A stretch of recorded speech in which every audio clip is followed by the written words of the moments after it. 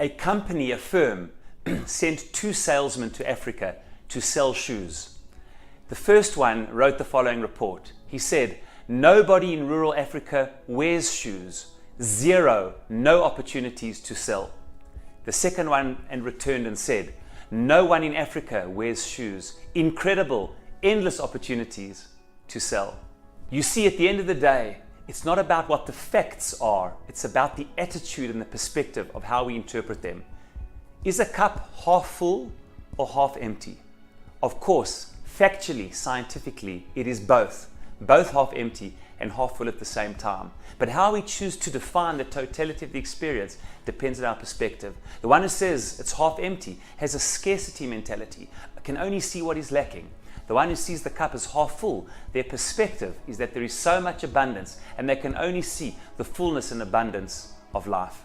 This was the tremendous sin, the shortcoming of the spies, the scouts in this week's parasha.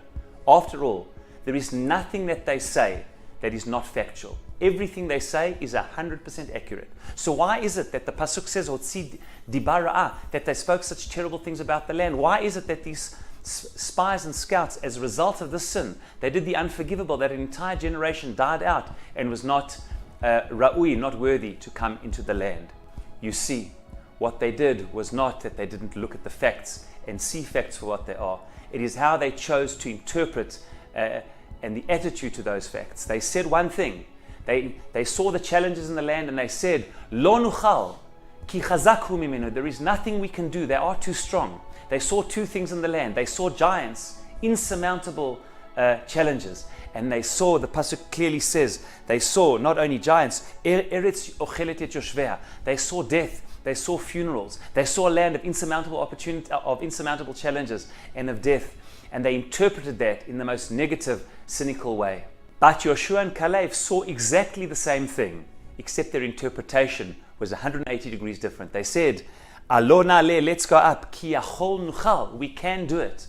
We can. At the end of the day, it was seeing with faith, belief, and attitude of abundance of the incredible bracha that Hashem has given. Yes, there was many funerals taking place. But as Rashi says, that Hashem had caused sickness and difficulty in order to pave the way for that the battle for the land should be less difficult. And yes, there were giants. But there were even greater challenges in Egypt, the strongest army and civilization of the time, and that we overcame.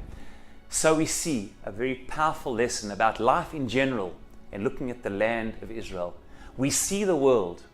We see Israel, the state of Israel, not how it is, but how we are. The facts are there. Do you see with scarcity or with abundance? Do you look for the bad to delegitimize or to see the incredible things to legitimize and the incredible good that there is in every situation in life, and also specifically, as with the Meraglim, regarding the land of Israel? Indeed, there are great challenges in Israel. There are many in Israel's borders hell-bent in bringing death and destruction, flaming kites, burning arable land, sending rockets, building tunnels, and making sure that death is always on the agenda to kill, and from their perspective to be killed. That death that should be seen in the world as eretz ochelet et yoshveha, brings so much death and destruction. But we all know that this unfortunate reality of what Israel needs to do to defend itself with the loss of every life is challenging. But that is not what defines this incredible country. We heard a shiur today, Wara Mizrahi, Bnei Akiva affiliates, by Rabbi Jonathan Sachs visiting Israel, and he said, at the core of Israel more than anything is uvacharta b'chaim, is the choice of life and of hope, and to see what this incredible country has done in 70 years. Yes, he said, there are those which have the psychology of the Meraglim, even Jews, which look at Israel and can only, Rahman litzlan, delegitimize and always see the difficulty, the challenge, the death and the destruction, and not the overwhelming sense, as Joshua and Caleb saw, ki yachol nuchal. The challenges do not define us, they embolden us. It is a country of life, a country of beauty, a country of innovation, a country of so much spirituality, a country of so much blessing, where every curse has become a blessing. But the challenge of life is not only to see the facts. The challenge is which facts we choose to see.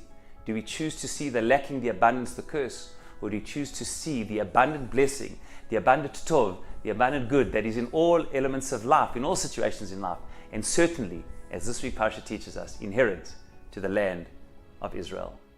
Shabbat Shalom.